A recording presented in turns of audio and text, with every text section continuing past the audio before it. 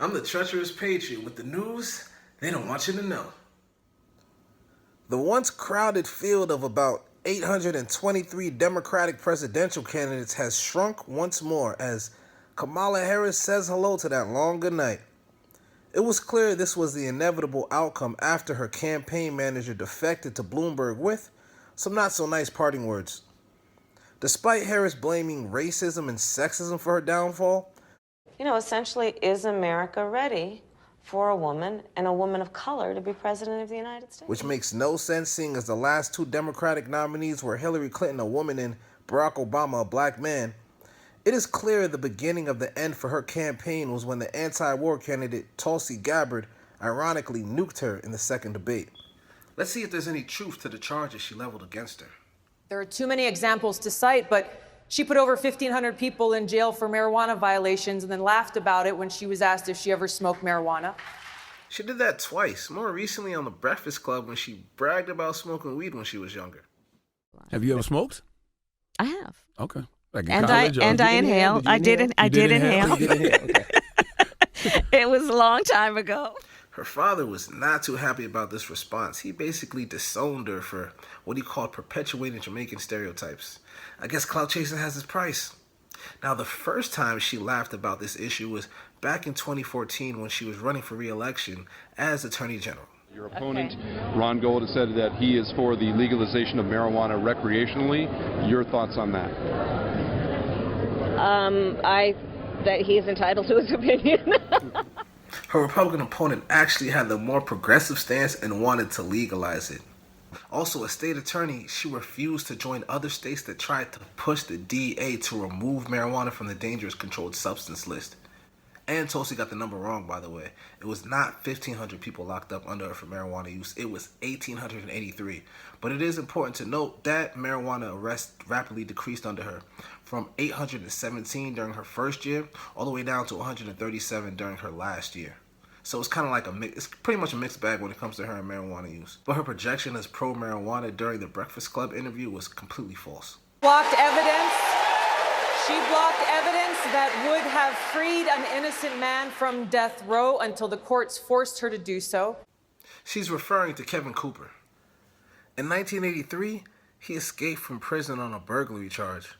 Unfortunately for him, the hideout he chose was mere blocks from the Ryans' residence. The Ryans, a family of 4, were murdered gruesomely in their home. The lone survivor of the massacre, their 8-year-old son, ID'd 3 white men as the culprits. Witness after witness recalled seeing 3 strange white men in what appeared to be the Ryans' station wagon.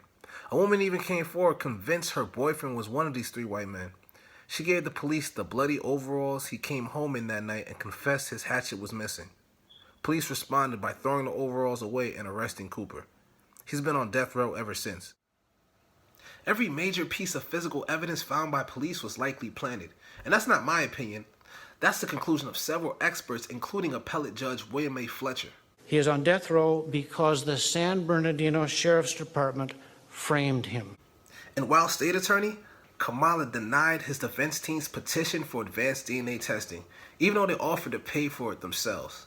Now, to be clear, there's no guarantee this testing would have led to Cooper's release, and he's been in jail for over 3 decades, screwed by the system over and over again by forces far beyond Kamala.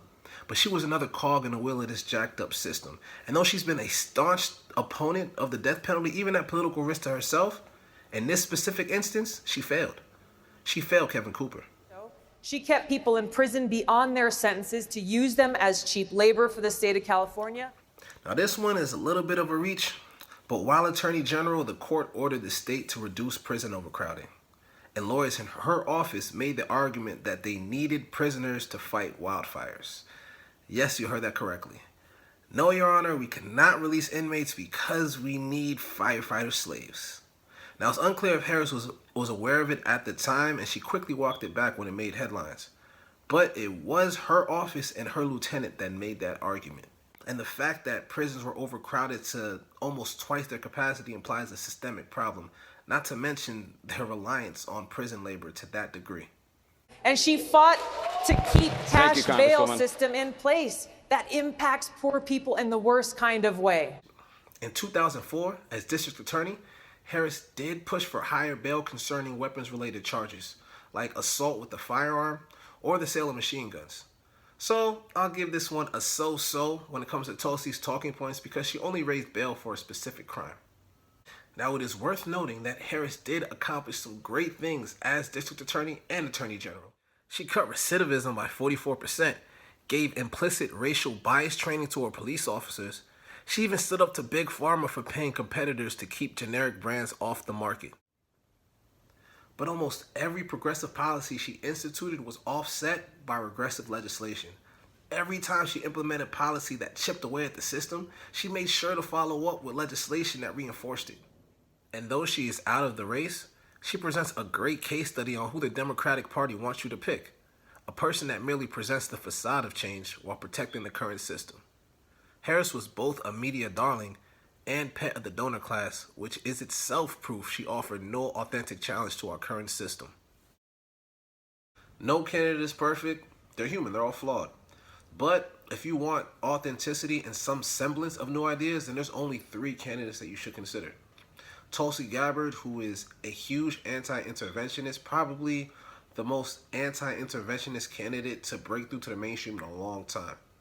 Andrew Yang, who has a brilliant economic platform and looks at the economy like the changing and shifting thing that it is. And Bernie Sanders. I'm a bit critical of Bernie just because I'm not a fan of big government, and I think that certain institutions, when in the hands of government, are not run great, but he is authentic, and he has fought against inequality for literally half his life, and the man is 80 years old. So those are the 3 candidates that I think that are not beholden to the establishment and not beholden to the corporate interests that have kind of infected the Democratic Party. Check out their platforms. They're great. Thanks for listening. Like, share, all that good stuff.